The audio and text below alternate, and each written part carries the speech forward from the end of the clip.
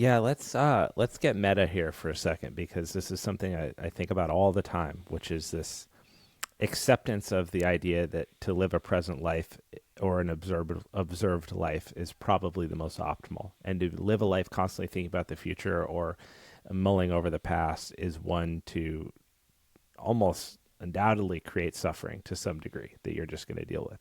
So I can accept that. I truly can. And uh, exhibiting that is a different story. And one thing that I've tried to do is to unpack what almost like the value system things, but what are signs that I am living a present life? Because it's easy to get to the end of the day, get in bed and go, whoa, like whether the day was good or bad, the day's over, right? And just like one day, you will take your last breath, and that too will be a life lived, and it'll just that will be the moment you're dealing with. It's going to happen for all of us, but to think about that is overwhelming. To not respect that is ignorant to some degree.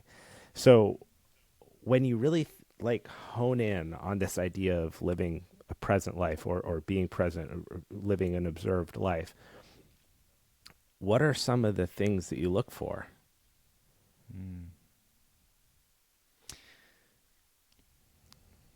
For me, one thing.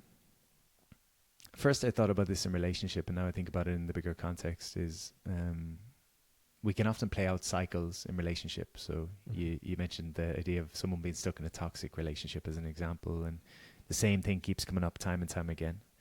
The reality of a relationship is there's going to be challenges and there's going to be stresses. So I remember telling myself years ago that I'm willing to be in the fire in relationship and be in the stresses and the struggle, as long as the stresses and the struggles are different every couple of months, because that shows that we're evolving and we're growing and we're not just cycling and we're evolving.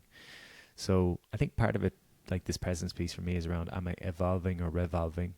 Because if I'm revolving, I'm just playing out the same patterns from the past unconsciously. I'm asleep.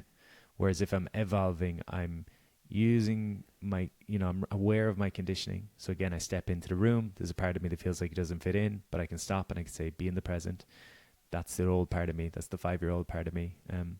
So that would be part of it. I think recognizing that, I'm a different man now to who I was 6 months ago in terms of how I see myself. And then on a bigger context, I suppose, is in terms of how I see life, which might be a little bit out there for people, is I believe that we all come in, and before we come here, from wherever we come, we sign a contract and we say, right, this is my mission in this life. Some people's mission is to learn forgiveness. Other people's mission is to learn deep intimacy. Other people's mission is to change the world. And I think we have these contracts, and I think then that's my goal, at least in life, is to fulfill upon these contracts. And I think life gives you experiences and people all the time that are there to help you evolve and to grow. And if you're present to those situations, you can grow through them and you can move closer. And you mentioned David Data earlier. He talks about kind of peeling back layers of an onion, that you'll have your purpose. People think purpose sometimes is like this thing that's going to fall out of the sky and we're going to just land on our purpose all of a sudden. And he says, no, your purpose is like lean into what feels right at this moment in your life. Do it until it doesn't feel right anymore, and then the next thing will appear. And sometimes there'll be a bit of a gap where you're not sure what you're doing. But again, I think that speaks to presence of, I'm not going to keep doing something just because it's what I've done up to this point. I'm going to listen to what feels challenging and edgy and fulfilling and meaningful to me. I guess meaning is a big part, right, of a well-lived life and a present Striving life. for it at least.